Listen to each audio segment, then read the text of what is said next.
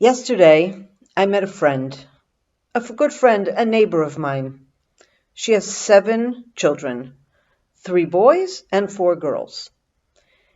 All 3 of her sons are drafted in the IDF since October 7th.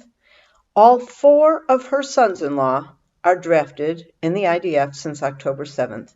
She is worried about 7 children.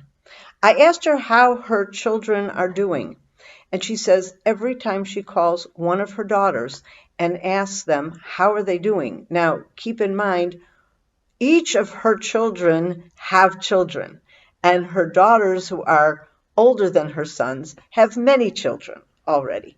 So every time she calls one of her daughters and says, how are you doing? How are you doing? They say, awful. And she told me, what can she do? She says she's helping them. She's going there. She's helping watch the children. She's helping cook meals. But at the end of the day, each of our daughters are alone with their children for days and days and days while their husbands are off fighting, doing a vital, vital service for our nation. Her daughters are worried about their husbands. Yes, the situation is terrible. That same friend, her youngest son, is also in the IDF. He has been in Gaza for weeks. She has not seen him or heard from him for weeks. He's getting married this Thursday.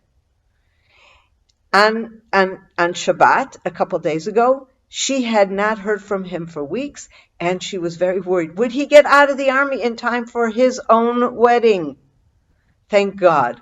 Just after Shabbat, she got a phone call from him. They had let him out. He was going to have a break now for about a week and a half, so that he could enjoy his wedding.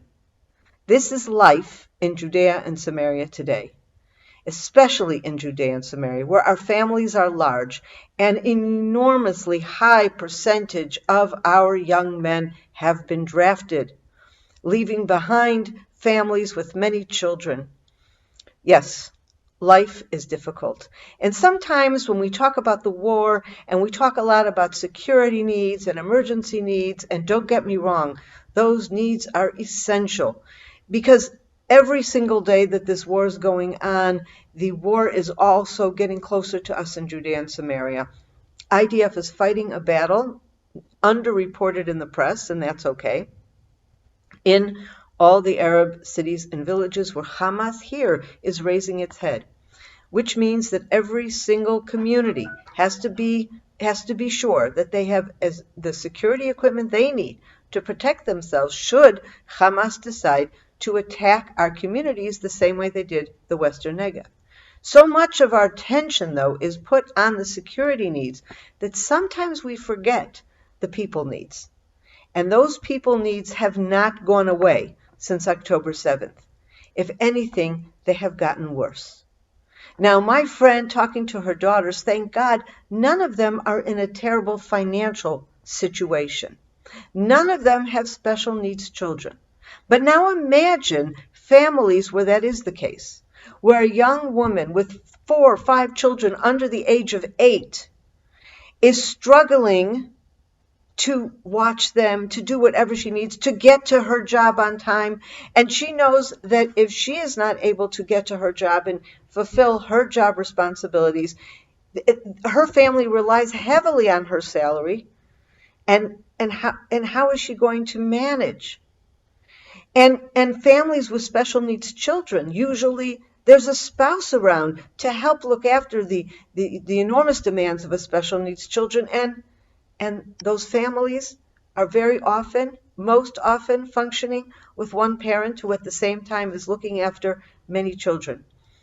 We have a number of programs that we've been involved with for years to help special needs children, to help needy families, and those programs continue.